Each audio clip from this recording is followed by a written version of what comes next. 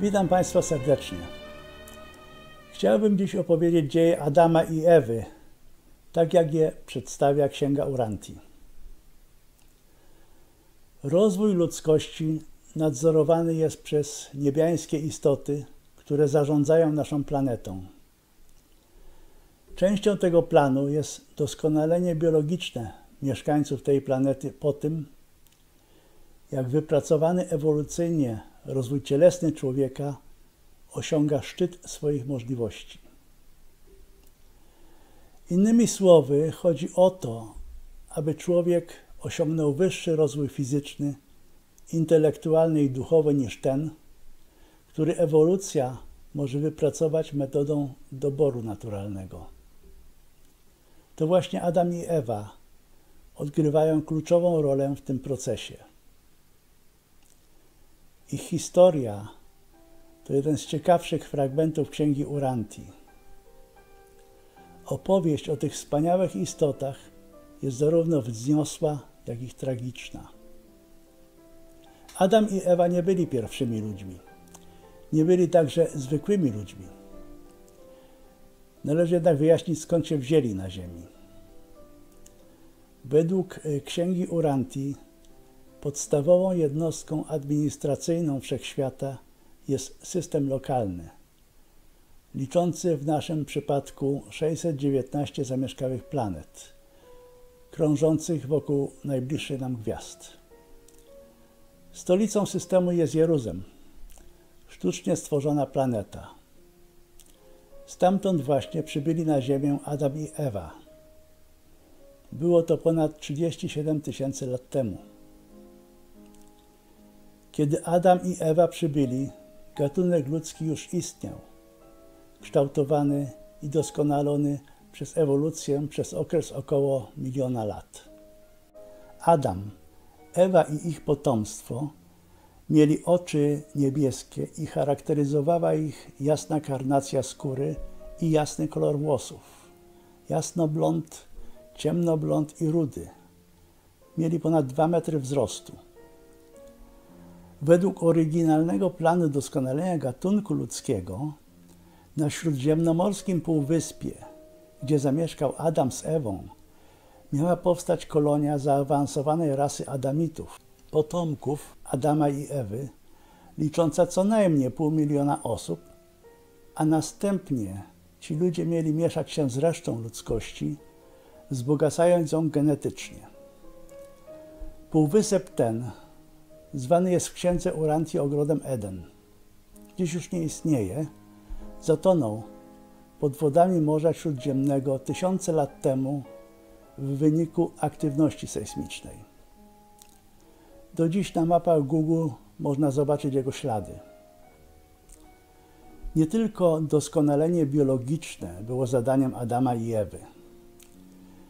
Mieli oni nauczać ludy Ziemi cywilizowanego życia, rolnictwa, hodowli, budownictwa, obróbki metali, pisma, religii i filozofii. Oprócz Adama i Ewy na Ziemi przebywał wtedy Kaligastia, książę planetarny, nieziemska istota. Przybył on tutaj setki tysięcy lat wcześniej, a potem wraz z Lucyferem i szatanem zbuntował się przeciwko Bogu. Opis buntu Lucyfera i szatana to osobny temat. W przeciwieństwie do Adama i Ewy, Kaligastia był niewidzialny dla ludzkiego wzroku. Kaligastia robił wszystko, aby popsuć szyki Adamowi i Ewie, którzy lojalnie realizowali boski plan doskonalenia gatunku. Namawiał ich do przyłączenia się do buntu, jednak mu to nie wychodziło. Kiedy Adam i Ewa przebywali na ziemi ponad 100 lat i nie dawali się zwieść satanistycznej propagandzie Kaligastii, buntownik wpadł na inny pomysł. Adama i Ewę odwiedzali w ogrodzie przywódcy sąsiadujących ziemskich plemion. Jeden z nich, Serapatatia, zaproponował Ewie, aby dać sąsiadującym plemionom przywódców mieszanej rasy, zrodzonych z tubylców i adamitów, zanim zacznie się masowe doskonalenie gatunku ludzkiego. Nie był to oryginalny plan doskonalenia mieszkańców tej ziemi i sprzeczny był z założeniami niebiańskiej misji Adama i Ewy. Sarapatatia, który ten plan przedstawił Ewie, nie bardzo się orientował, że plan ten podsunął mu buntownik Kaligastia. Ewa nie od razu przystała na ten plan, jednak po namowach i kierując się jak najlepszymi intencjami, po jakimś czasie się zgodziła. Zgodnie z tym Ewa spotkała się z pięknym młodzieńcem zwanym Kano, pochodzącym z rodziny wodzów pobliskiego plemienia i została przez niego zapłodniona. Z tego związku zrodził się później Kain. Takie działanie było wyraźnym odstępstwem od pierwotnego Bożego planu doskonalenia ziemian i jako takie stawiało Adama i Ewę w pozycji odstępców, jeśli nie buntowników. To nie konsumpcja jabłka sprawiła załamanie się całego edeńskiego przedsięwzięcia, ale konsumpcja zupełnie innego rodzaju. Adam i Ewa wielokrotnie byli ostrzegani przez ich przełożonych z Jeruzem, aby we wszystkim, co robią na ziemi, trzymali się niebiańskiego planu i że jakiekolwiek odstępstwo od tego planu spowoduje utratę przez nich nieśmiertelności, przez co staną się zwykłymi ludźmi. Adam nie wiedział o planie Sarapatati, aby dać pobliskim plemionom przywódców mieszanej rasy.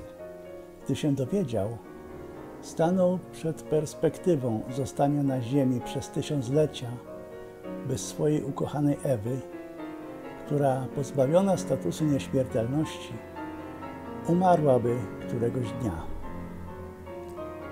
Postanowił podzielić los swojej małżonki i zrobił to samo co Ewa, tylko z Laottą, wspaniałą kobietą z sąsiedniego plemienia, która kierowała szkołami w edeńskim ogrodzie. Laotta zmarła później w trakcie porodu Sansy, swej córki, której ojcem był Adam. Tak załamał się generalny plan dodania nieziemskiej genetyki do genetyki ludzkiej. Powstało zamieszanie. Mieszkańcom Półwyspu Edeńskiego zagrażała wojna z sąsiednimi plemionami, której Adam chciał uniknąć i dlatego zarządził ewakuację populacji całego Półwyspu. Adam, Ewa, ich dzieci i wierni im mieszkańcy ogrodu poszli do Mezopotamii. Tylko nieletnie dzieci Adama i Ewy zostały przetransportowane z ziemi z powrotem do niebiańskich światów.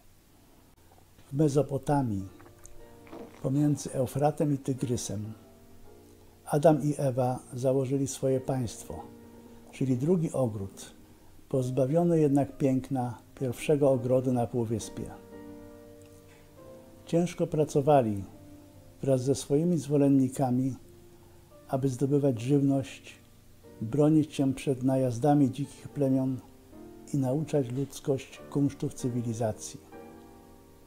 Pozbawiony nieśmiertelności Adam żył 530 lat, Ewa 511.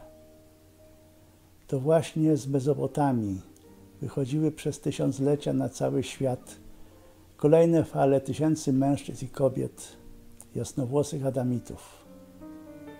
Szli do Azji i Afryki Północnej, ale najwięcej z nich poszło do Europy, wokół Morza Kaspijskiego, przez Europę Centralną na zachód, aż na Półwysep Iberyjski, na północ do Skandynawii i na południe do obszarów nad Morzem Śródziemnym. Aczkolwiek Adam i Ewa nie zrealizowali niebiańskiego planu doskonalenia ludzkości, ich działalność nie całkiem została stracona dla świata. Tak o tym pisze Księga Uranti. Po zadomowieniu się w drugim ogrodzie nad Eufratem, Adam postanowił zostawić po sobie tak dużo swojej plazmy życiowej, jak tylko to było możliwe, na pożytek światu po jego śmierci. W związku z tym Ewa została szefem 12-osobowej komisji do spraw doskonalenia ras i zanim Adam umarł, komisja ta wyselekcjonowała 1682 kobiety wyższych typów z Uranti i kobiety te zostały zapładnione adamiczną plazmą życia. Za wyjątkiem 112, wszystkie ich dzieci osiągnęły dojrzałość tak, że świat dużo zyskał dzięki dodatkowi 1570 nadrzędnych mężczyzn i kobiet.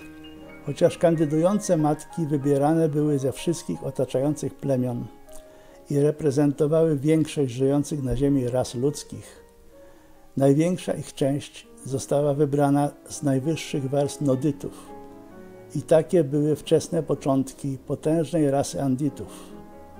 Dzieci te urodziły się i wychowały w plemionach ich matek. Adam i Ewa przybyli na Ziemię ponad 37 000 lat temu, a więc dodatek ich genetyki do genetyki ziemskiej powinien zostać zauważony.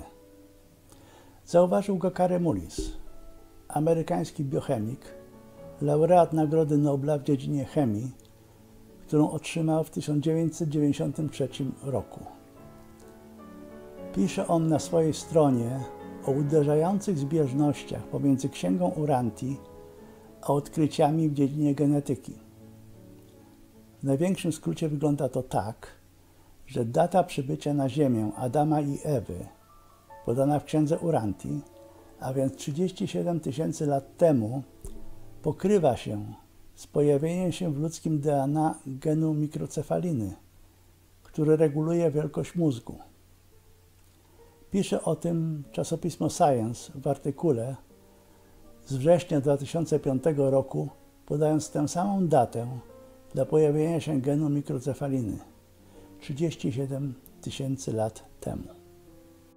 Potomkowie Adama i Ewy dali ludzkości rolnictwo, ogrodnictwo, wytwórczość, architekturę, humor, muzykę, a przede wszystkim wyższą inteligencję.